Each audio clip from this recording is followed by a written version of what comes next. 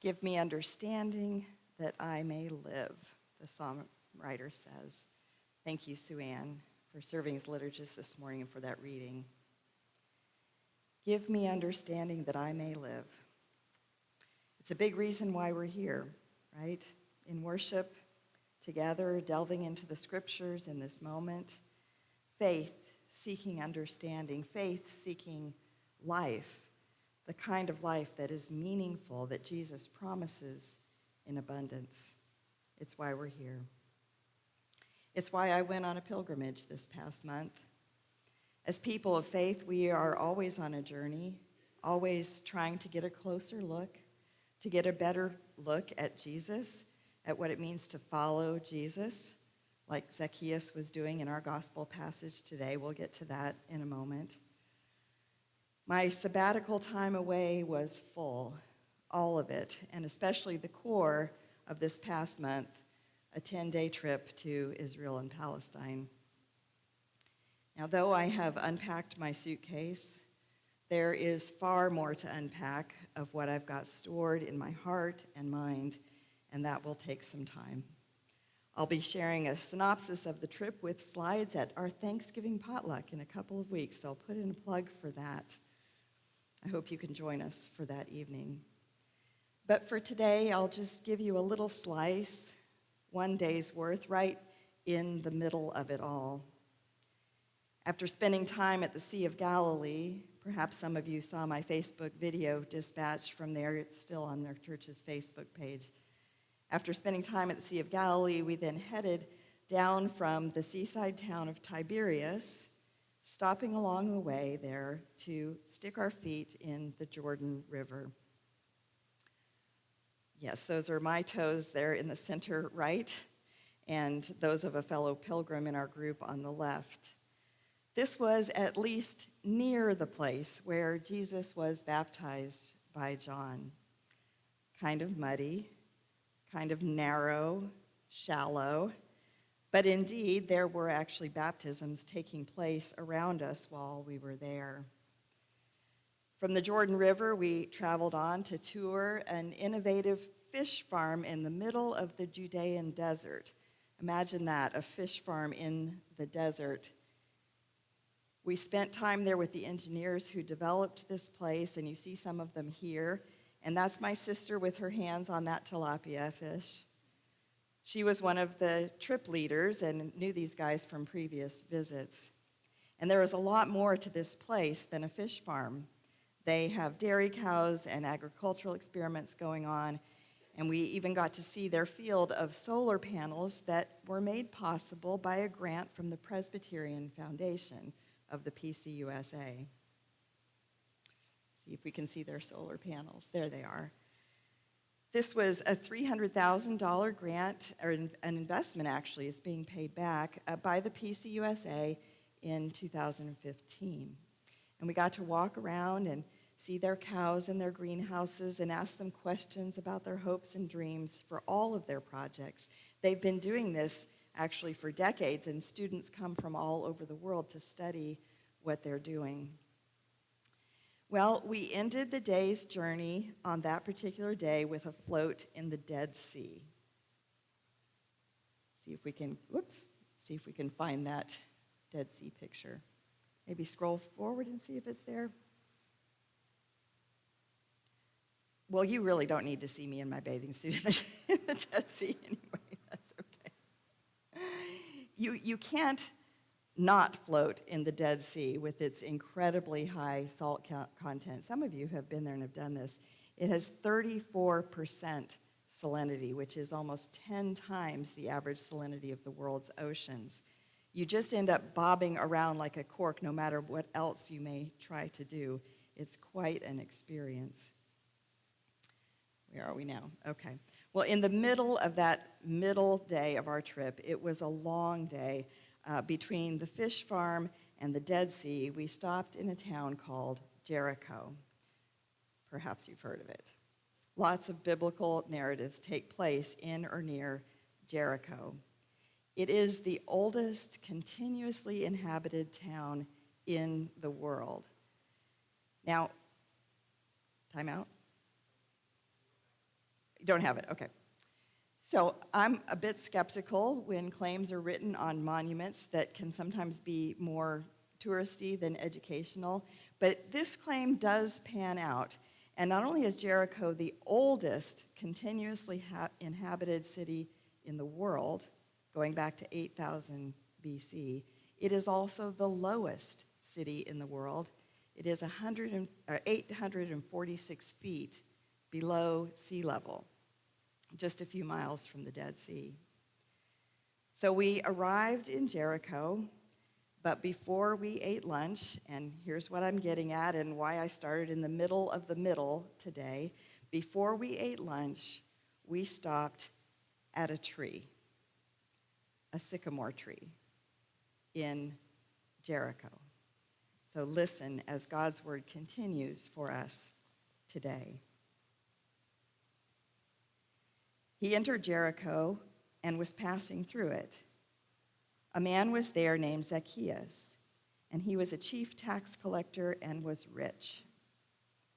He was trying to see who Jesus was, but on account of the crowd, he could not, because he was short in stature.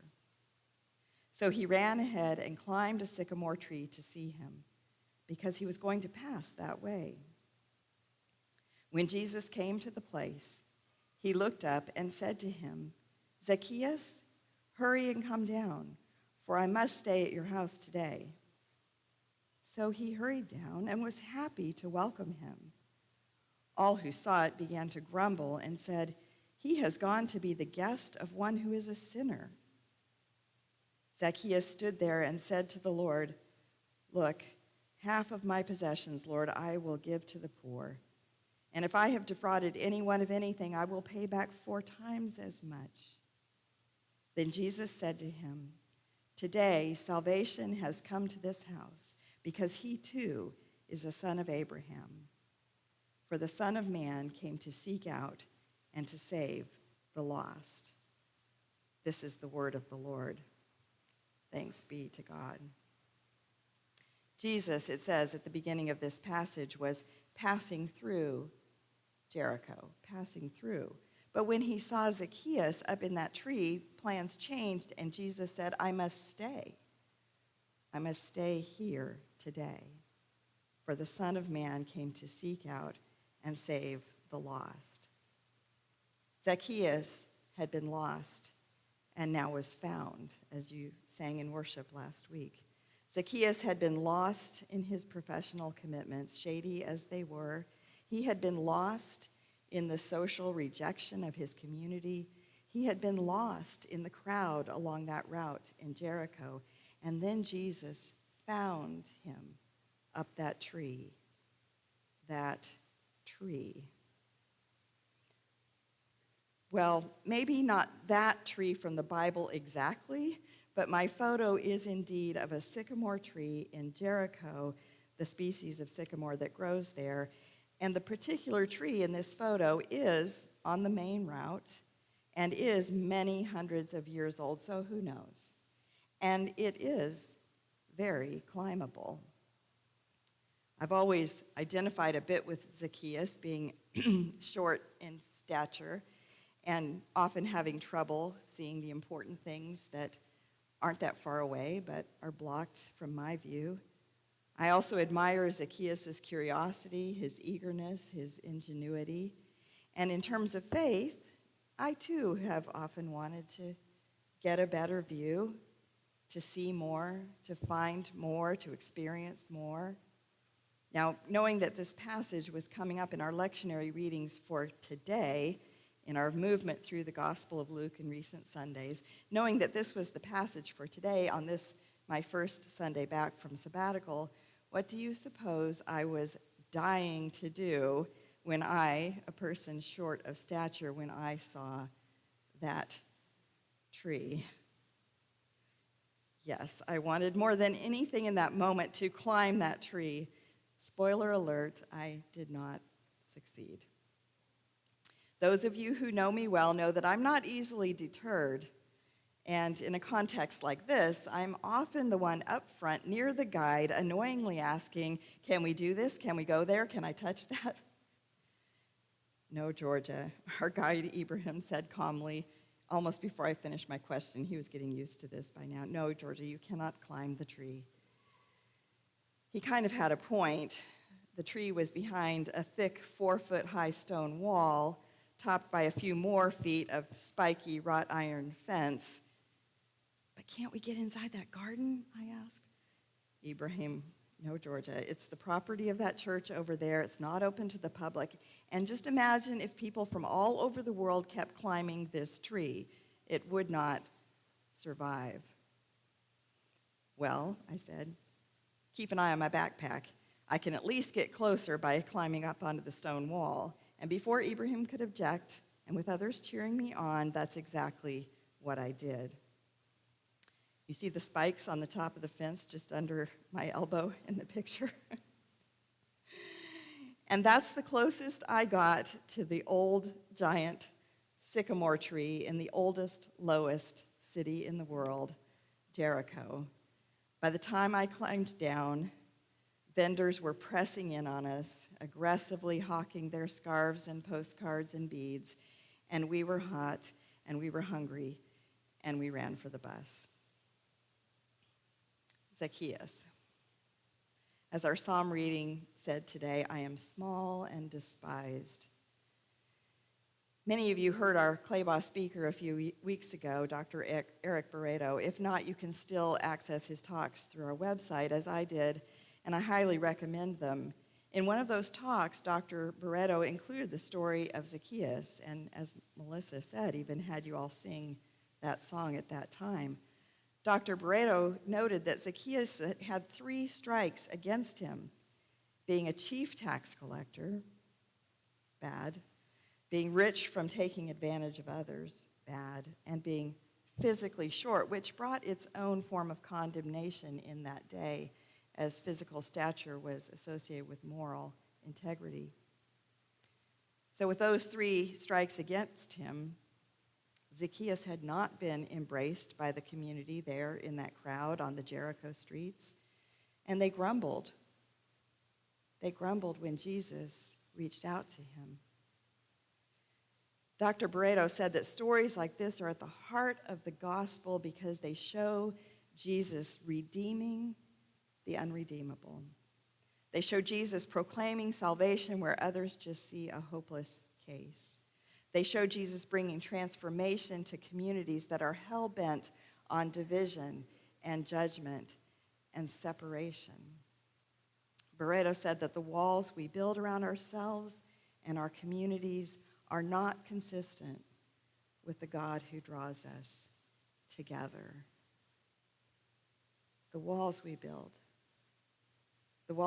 around ourselves and our communities are not consistent with the God who brings us together.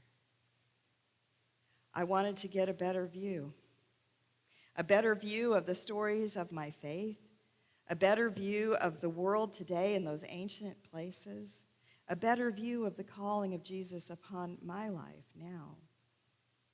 On the trip, we had those lighthearted moments, floating in the Dead Sea, riding a camel, or watching others in my group ride a camel. But we went from the lighthearted to the heart-wrenching pretty quickly and pretty often during the trip. Talk about walls that we build around ourselves and our communities. I learned that one of the reasons that communities in that area are constructing solar panel systems is that those communities are denied access to the power grid because of their ethnicity, because they are on the losing side of political divisions. Power struggles result in literal restrictions on power, electrical power.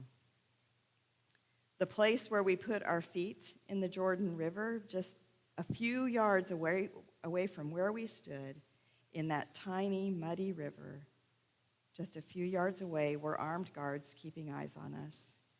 Israeli soldiers over here, Jordanian soldiers over here, and a rope running through the middle of the Jordan River, and you dare not cross from one side to the other. And then there is the separation wall, the 30-foot concrete wall with its watchtowers and surveillance cameras, the 30-foot concrete wall that twists through and carves up the land that we call holy, that ancient land, that twists through and carves up communities, that twists through and carves up humanity, that announces to both sides, you need to fear what's on the other side of this wall, or fear for your life if you dare try to cross. There isn't a sycamore tree tall enough to see over it. You cannot scale it to get a better view. But God sees. As people of faith whose hearts are disturbed, we ask questions. We may ask, are the conflicts in that part of the Middle East, are those conflicts between Israelis and Palestinians? Are those conflicts between orthodoxy and modernity? Are those conflicts between people in power and people with little to no power? Does religious tension play a part in those conflicts? The answer to all of those questions is yes. Jericho. Different factions, different nations, and political groups throughout history have claimed Jericho, battled at Jericho, and built walls around Jericho. More recently, in 1967, the Israelis claimed it from the Palestinians. And then in 1994, it was returned to Palestinian control after the Oslo Accords. But as continuing tension and conflicts demonstrate, that hardly settles it. And everyone who lives there knows it. If the answer to all those questions is yes, then we are led to another question, which is, what does it mean to follow Jesus in the midst of that?